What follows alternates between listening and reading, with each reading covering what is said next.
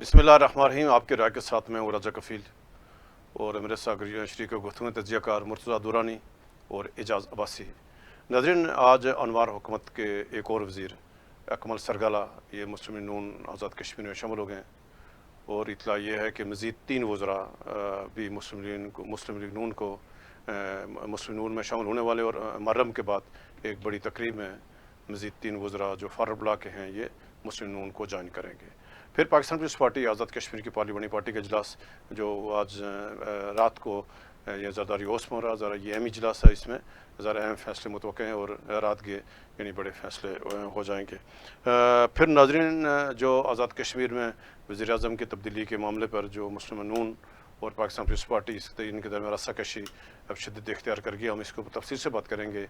کہ ہم نے کل بھی بات کی تھی جو مسلم نون کا جو پہلا موقف رہا 1 سال سے یہ یکسر وہ ایک دم کیوں تبدیل ہوا. پھر ہم بات کریں گے آج ضلع نیلم میں ایک اور افسوسناک ٹریفک حادثہ ہوا جس میں 6 لوگ جاں بحق ہو گئے اور 3-4 ابھی تک لاپتہ ہیں، اور یہ یعنی گزشتہ 2 ماہ کے دوران تیسرا چوتھا بڑا حادثہ ہے، اور ہم اس کو تفصیل سے بات کریں گے. آغاز کرتے دورانی صاحب، آج اکمل سرگالہ صاحب آپ نے ان کو واپس بھیج دیا مسلم نون میں، اور یہ کیا پہلے سے یعنی پہلے بھی شامل ہوئے تھے یا آج یعنی ان کی نئی شروعات ہے نون لیگ کے ساتھ؟ جی رائے صاحب بہت شکریہ. اصل میں یہ اکمل سرگالہ صاحب جو ہیں وہ پاکستان کے جنرل الیکشن جب ہوئے تھے تو اس وقت بھی انہوں نے PMLN میں شمولیت کا اعلان کیا تھا، اور ہم اس وقت یہ سوچتے تھے کہ آزاد کشمیر میں یہ PTI میں ہے اور پاکستان میں یہ جو ہے صوبائی اسمبلی کا الیکشن جو ہے وہ PTI نون لیگ کے نشان پر لڑ رہے ہیں، نون کے ٹکٹ پر الیکشن لڑ رہے ہیں. تو اکمل سرگالہ صاحب کا تو دیکھیں جو ماجرین ممبر اسمبلی ہیں جتنے وہ تو اب اپنے بچاؤ کے لیے جو PTI کے ساتھ تعلق ہے ان کا وہ سارے اب جو ہے وہ نون لیگ میں شامل ہوں گے، کیونکہ ان کے پاس کوئی دوسرا راستہ ہی نہیں ہے. تو اکمل سرگالہ صاحب کا تو آپ کو پتہ ہے ایک خاص ان کے اوپر ٹیگ بھی ہے کہ وہ جو ہے نا وہ ایک آپ کو پتہ ہے مخصوص گروپ سے تعلق رکھتے ہیں، اور ان کا یہی تھا کہ ان کو آنے والی جو حکومت ہے اس میں بھی ٹکٹ دیا جائے گا، اور پھر PMLN کے ساتھ وہاں پہ لوکل جو معاملات ہیں ان کے احسن اقبال صاحب وہاں پہ وہ بھی ان کو سپورٹ کر رہے ہیں، اور ان کو بھی ضرورت ہے ان کو وہاں پہ لوکل جو ان کی وہاں پہ کافی جو ہے برادری کا ووٹ ہے اور ان کا اپنا اثر و رسوخ ہے. ان کے والد صاحب محمد حسین سرگالہ مرحوم جو ہیں وہ بھی آپ کو پتہ ہے ایک بڑی شخصیت تھے اپنے علاقے کی، اور ایک بار وہ بھی ممبر اسمبلی 2011 میں منتخب ہو کے آزاد کشمیر میں آئے، پھر وزیر بنے پیپلز پارٹی کی حکومت میں، اور آزاد حیثیت سے وہ الیکشن لڑ کے آئے تھے. تو اکمل سرگالہ صاحب کا جو شمولیت پہ مجھے کوئی حیرت نہیں ہو رہی، بظاہر جو ہے یہ ایک پہلے سے طے شدہ پروگرام تھا. البتہ جو ہے وہ اکبر ابراہیم صاحب جب شامل ہوں گے تو اس پہ اس لیے حیرت ہوگی کہ کیونکہ اکبر ابراہیم صاحب یہ ہر دفعہ جو ہے نا اس پارٹی میں شامل ہونے کی کوشش کرتے ہیں جو آنے والی اقتدار میں ہو. اسی طرح علی شان سونی صاحب بھی اقتدار سے باہر نہیں رہ سکتے، انہوں نے لیکن ان کا وہ استعفی فیصلہ ذرا بہت ارلی کر لیا انہوں نے. لیکن یہ دیکھیں میں اس پہ آپ کو ایک اور خبر بھی دوں گا جس پہ آپ کی شاید نظر نہ ہو، اور وہ اسی میں بریک کر دیتے ہیں خبر، اور اسی سوال میں کیا خیال ہے آپ؟ جی دورانی صاحب، ہاں ذرا روکنا تو بہت بڑا جرم ہے. میری اطلاع جو ہے وہ یہ ہے کہ جو PTI کے صدر ہیں تحریک انصاف آزاد کشمیر کے عبدالقیوم نیازی صاحب، ان کو ایک دباؤ بھی ان پر ڈالا جا رہا ہے، اور ان کو ہدایت بھی مل گئی ہے کہ وہ جو فارورڈ بلاک کے لوگ پیپلز پارٹی میں جا رہے ہیں PMLN میں جا رہے ہیں ان کے خلاف جو ہے وہ بحیثیت پارٹی صدر جو ہے وہ ایکشن کریں، ان کے خلاف نئے لیگ ریفرنس دائر کریں، جس میں جو ہے وہ شاہدہ صغیر صاحب ہیں، جس میں علی شان سونی صاحب ہیں، رفیق نیر صاحب ہیں، اکمل سرگالہ تو ہیں ہی ہیں، یہ تو نون لیگ میں چلے گئے. تو میری اطلاعات یہ ہیں کہ شاید قیوم نیازی صاحب کو اگلے چند دنوں میں ایک ریفرنس دائر کریں، کیونکہ اس کی ریزن وہ یہ بتائی جا رہی ہے کہ فارورڈ بلاک کے جو لوگ ہیں وہ PTI میں ہی ہیں ابھی تک، انہوں نے ابھی تک باضابطہ کوئی جماعت جوائن نہیں کی. نہیں یہ شرارت انوار الحق صاحب کی ہو سکتی ہے، یہ انوار الحق کی خواہش ہو سکتی ہے، شرائط نہیں خواہش کہہ سکتے نا آپ کے، جو لوگ ادھر جائیں گے میری مرضی بغیر تو وہ ان کے خلاف نہ ہے. اور جاوید بٹ صاحب کو بھی یہی کہا گیا کہ آپ فوری ریورس کریں اپنا فیصلہ اور معافی تلافی کریں، نہیں تو آپ کے خلاف بھی ریفرنس آ رہا ہے. تو اب یہ فیصلہ ہوا ہے کہ جو قیوم نیازی صاحب کو ہدایات دی جا رہی ہیں کہ فوری طور پہ شاہدہ صغیر، علی شان سونی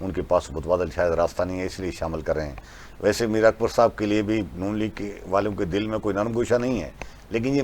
ایک سمجھ لیں کہ ایک مجبوری کے عالم میں مینیج کیا جا رہا ہے، اور اطلاع یہ ہے کہ یہ رمضان کے اس محرم کے بعد یہ شامل ہو جائیں گے۔ اور اسی طرح دیوان چغتائی صاحب کے حلقے میں آج ایک کونسلر ہے جس کے بارے میں اطلاع ہے کہ وہ کافی متحرک ہے، وہ شامل ہو گیا پیپل پارٹی میں، تو وہاں ان کے لیے بھی ظاہر ہے تھوڑے سے اس طرح کی ایک اشارہ دیا گیا ہے کہ آپ جو فیصلے کرتے ہیں، کبھی پارٹیاں ادھر بدلتے ہیں کبھی ادھر، سارے کارکن آپ سے خوش نہیں ہیں، اور آپ کے ساتھ پوری ایک جتھے کی صورت میں کوئی نہیں جائے گا، مسائل ہوں گے،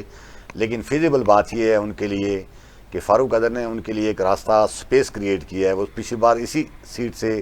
فاروق قدر الیکشن لڑتے اگر جیت نہیں سکے تھے، لیکن فاروق قدر کو اس حلقے میں مضبوط حلقہ اثر موجود ہے، انہوں نے رضامندی کا اظہار کیا ہے، تو دیوان صاحب کے لیے بھی ظاہر ہے اس سے فیزیبل بات کوئی ہو نہیں سکتی۔ لیکن دیوان صاحب کے راستے میں رکاوٹ ڈال رہے ہیں وزیر اعظم۔ دیکھیں نا، کل جو وزیر اعظم نے مظفر آباد میں ان کے لیے بات کی ہے، وہ ان کو بلیک میل کر کے فی الحال روکے رکھنے کا ایک راستہ تو ہے نا۔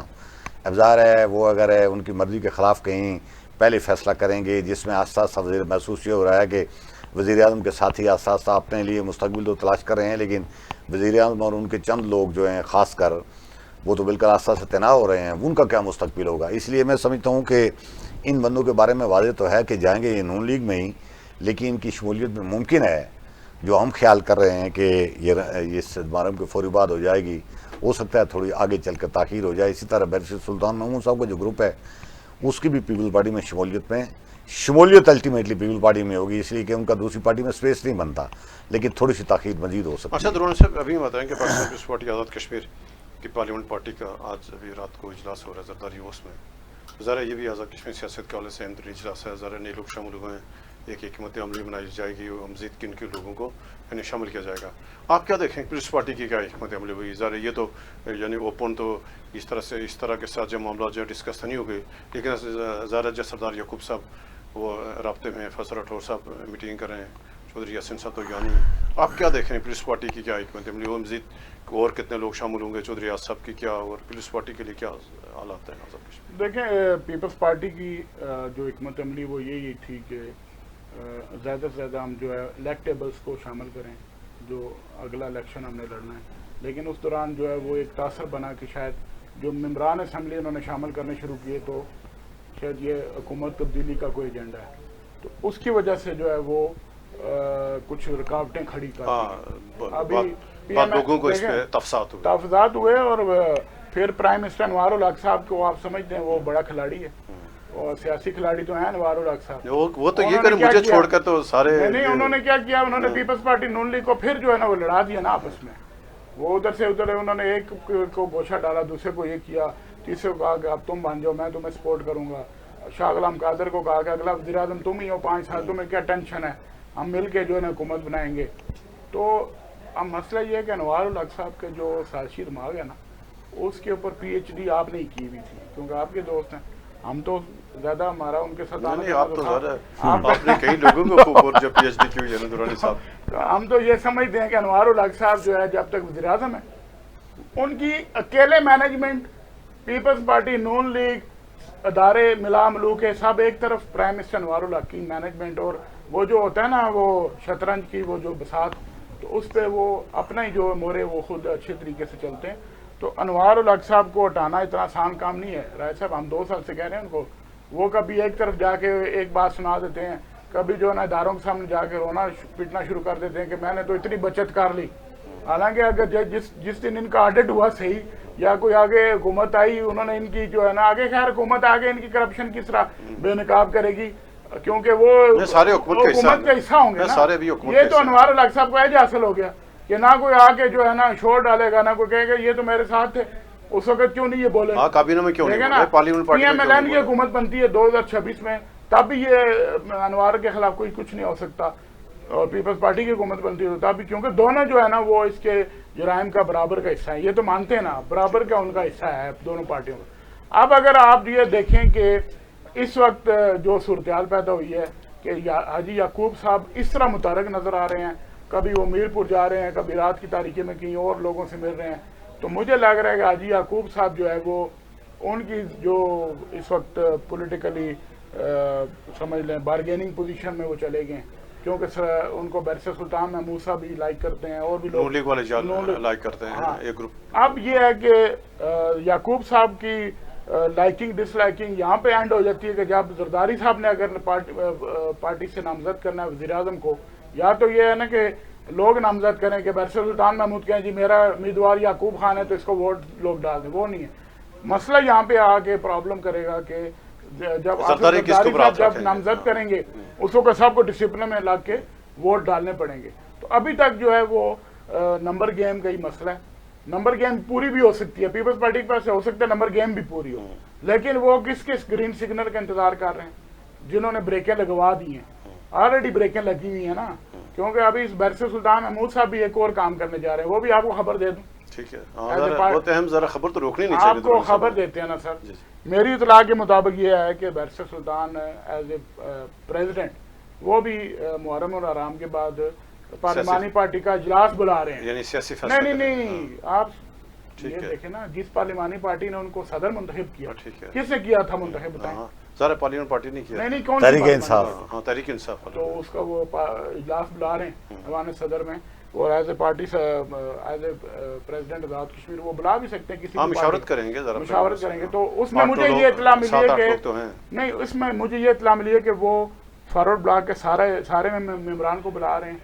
انکلوڈنگ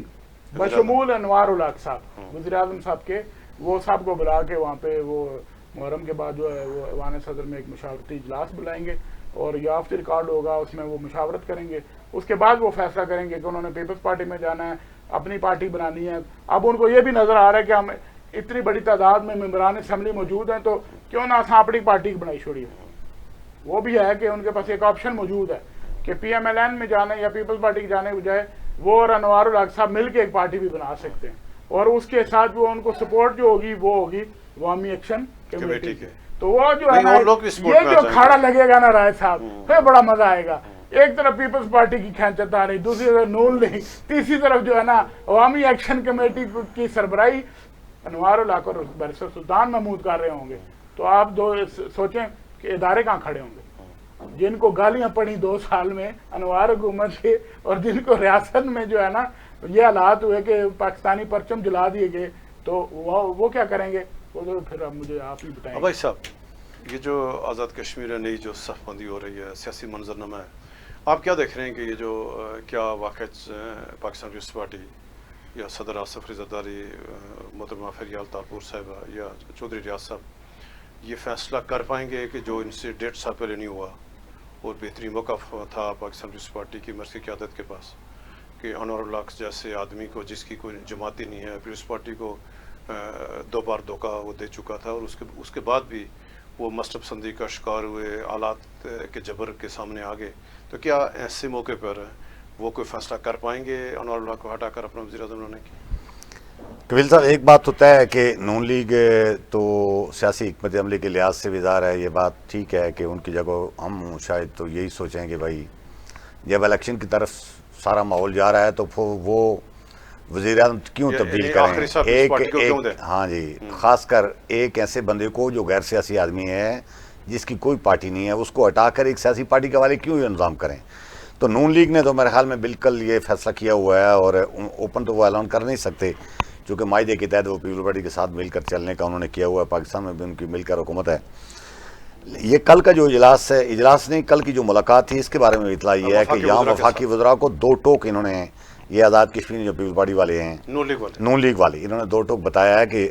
آزاد کشمیر میں موجودہ یہ جو تبدیلی کر کے سسٹم سارا پیپلز پارٹی کے حوالے کرنا، یہ ہمارے لیے کسی لحاظ سے فائدہ مند بالکل نہیں ہے. اور یہ کس کی خواہش ہے؟ یعنی سب کی ہے؟ لیکن نہیں، سب کی نہیں ہوگی. میرے خیال میں یہ جو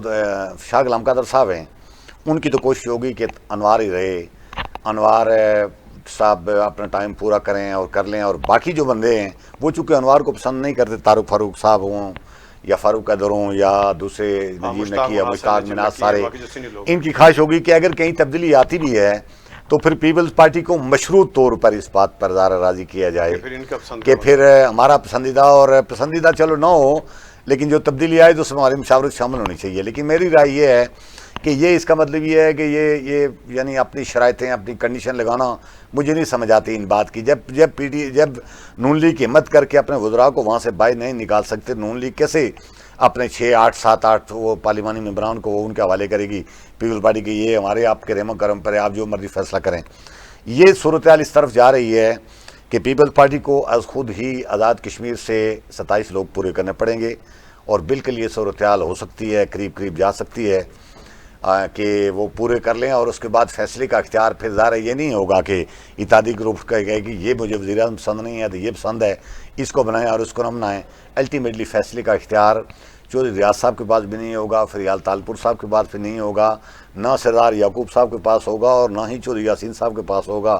پھر فیصلے کا اختیار زرداری صاحب, اور زرداری صاحب کے بارے میں ایک اور بات, کفیل صاحب رات کو میں وہ دیکھ رہا تھا, آزاد سید کو,